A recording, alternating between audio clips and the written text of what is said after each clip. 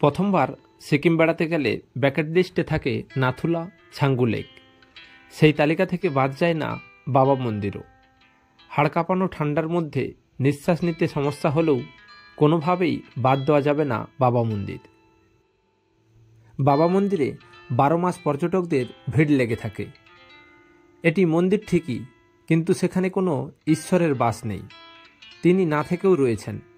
তিনি এখনও পাহারা দিয়ে চলেছেন দেশের সীমান্ত, এমনটাই বিশ্বাস করেন ভারতীয় সেনারা। তিনি হলেন বাবা হরভজন সিং। তার স্মরণে যে মন্দির সিকিমে গড়ে উঠেছে, যা পর্যটকদের কাছে জনপ্রিয় হলেও ভারতীয় সেনাদের কাছে এর আলাদা গুরুত্ব রয়েছে। সিকিম রাজ্যে দুটো বাবা মন্দির রয়েছে, একটি পুরানো সিল্ক রুটে, অন্যটি নাথুলার কাছে। দুই জায়গাতেই বিরাজ করেন বাবা হরভজন সিং।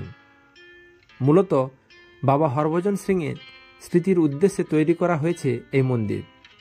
হরভজন সিংয়ের জন্ম 1946 সালের 30 আগস্ট।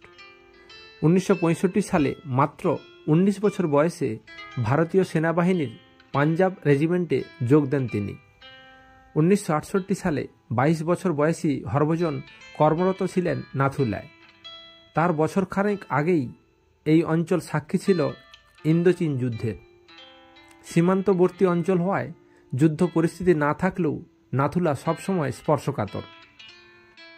এই জায়গাটি সমুদ্রপৃষ্ঠ থেকে 14,000 ফুট উচ্চতায় হওয়ায় মারাত্মক ঠান্ডা, দুর্গম এবং সংকীর্ণ একটি জায়গা।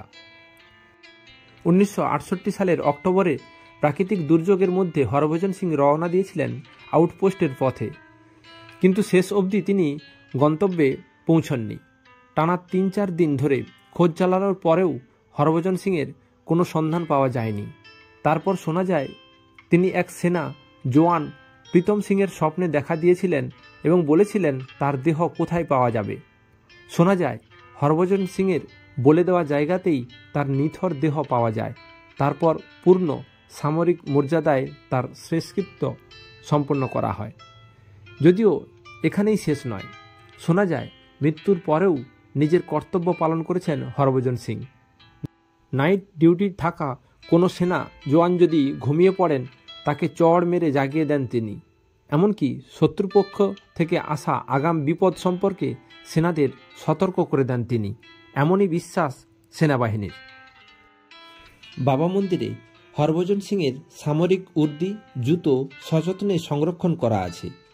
তার জন্য বিছানাও তৈরি করা রয়েছে। নাথুলায় কর্মরত সেনা জওয়ানদের দাবি, সেখানে মাঝে মাঝেই হরভজন সিংহ বিশ্রাম নেন এবং বিছানা এলোমেলো হয়ে যায়। একই জিনিস দেখা যায় তার জুতোর ক্ষেত্রেও।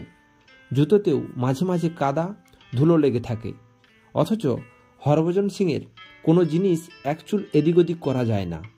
এই বিশ্বাস থেকেই ভারতীয় সেনা জওয়ান থেকে শুরু করে পর্যটকেরা সিকিম গেলেই ঘুরে আসেন বাবা মন্দির।